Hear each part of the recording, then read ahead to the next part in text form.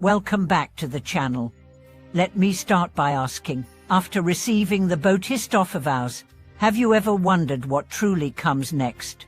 Or felt uncertain whether your daily thoughts, actions, and intentions are truly aligned with the profound path of the Mahayana teachings? In this video, we are going to journey into the heart of the Bodhisattva path, not just the outer form of vows and rituals, but the inner transformation required to truly embody the Mahayana spirit. Because accepting the Bodhisattva precepts is not the end of a journey, it's the beginning of a lifelong commitment to wisdom, compassion, and selfless service. By the end of this video, you'll have a deeper understanding of what it really means to carry the spirit of the Bodhisattva vows into your daily life, and whether you're genuinely prepared to engage with the vast and luminous expanse of Mahayana teachings. Receiving the Bodhisattva precepts is a powerful moment. It symbolizes a vow not only to liberate oneself but to dedicate one's life to the liberation of all sentient beings. It is a commitment born not from ego, but from the recognition of our interconnectedness. When one being suffers, all suffer. When one awakens, all are uplifted. But what often follows this noble vow is a question that simmers quietly in the background. What now? The path ahead is expansive, layered with deep philosophical insights, countless sutras, and complex teachings. The question is not just whether we understand them intellectually, but whether we are ready emotionally, mentally, and spiritually to integrate them into our lives. Let's begin by understanding the gravity and beauty of the Bodhisattva vow. Unlike vows rooted in personal salvation, the Bodhisattva vow is expansive. It aims for the liberation of all beings, even before one's own nirvana. This aspiration requires a radical shift from self-centered thinking to universal compassion. It's a vow to practice generosity, patience, ethics, diligence, concentration, and wisdom, not for self-benefit, but for the healing of the world. Once you've taken the vow, you become a Bodhisattva in intention, but to truly embody it, you must cultivate the view, the practice, and the heart of a Bodhisattva every single day. This is where the Mahayana teachings come in, not as doctrines to memorize, but as mirrors and maps to help you live the vow deeply. Are you ready to study the vast Mahayana scriptures, not just read them, but wrestle with them, be transformed by them?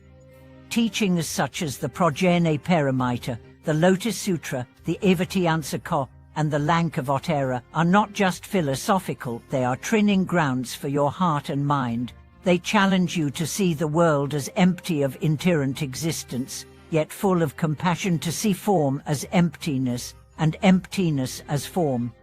And here's the key: intellectual understanding is not enough. You may know the Heart Sutra by heart, but until you see that form is truly empty in your own experience, when clinging looseness and compassion flows freely, you haven't yet entered the living stream of the Mahayana. Are you willing to let the teachings break your heart open? Because that's what they do. They don't just inform, they transform. They reveal that all sentient beings have Buddha nature. They ask you to see enemies as Buddhas in disguise, obstacles as teachers, and suffering as the ground of awakening. One of the greatest challenges after receiving the Bodhisattva vows is facing our own resistance. The ego is subtle. It wants credit, security, and recognition even on the path of service. The Bodhisattva path invites you to constantly examine your motive. Are you giving to truly help, or to feel good about yourself?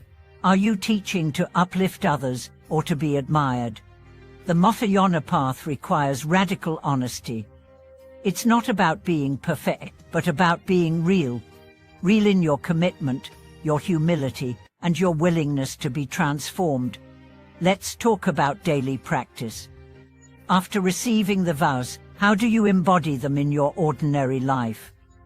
It starts with the small things. Do you bring compassion to the checkout clerk, the traffic jam, the difficult conversation? Do you meet irritation with patience, confusion with curiosity, and suffering with tenderness? The Mahayana is not lived only in temples or retreats, it's lived in kitchens, offices, hospitals, and streets. Every moment is an opportunity to be a Bodhisattva. Are you willing to bow inwardly to each being you meet, recognizing their sacredness beneath the surface? Another essential part of being ready for Mahayana is developing the capacity to hold paradox. The teachings are vast and often seem contradictory. You are both empty and full. The world is illusory, and yet every action matters. You are nothing, and you are the whole universe. This requires not just intellect, but a mind flexible enough to rest in the middle without clinging to one side. Training in meditation is crucial here, not just to calm the mind, but to open the heart and deepen wisdom. Whether it's Shamatha calm abiding or Vipassana insight, your cushion becomes a lab where you observe the mind, peel back illusion, and contact the ground of awareness itself. And yet, it doesn't stop there. The Bodhisattva doesn't sit forever in stillness. The practice must move outward. Study, reflect, meditate, and then act. Feed the hungry, speak truth, listen deeply. Support the suffering, create beauty, uplift the forgotten. This is the Mahayana. There's another dimension to readiness: faith.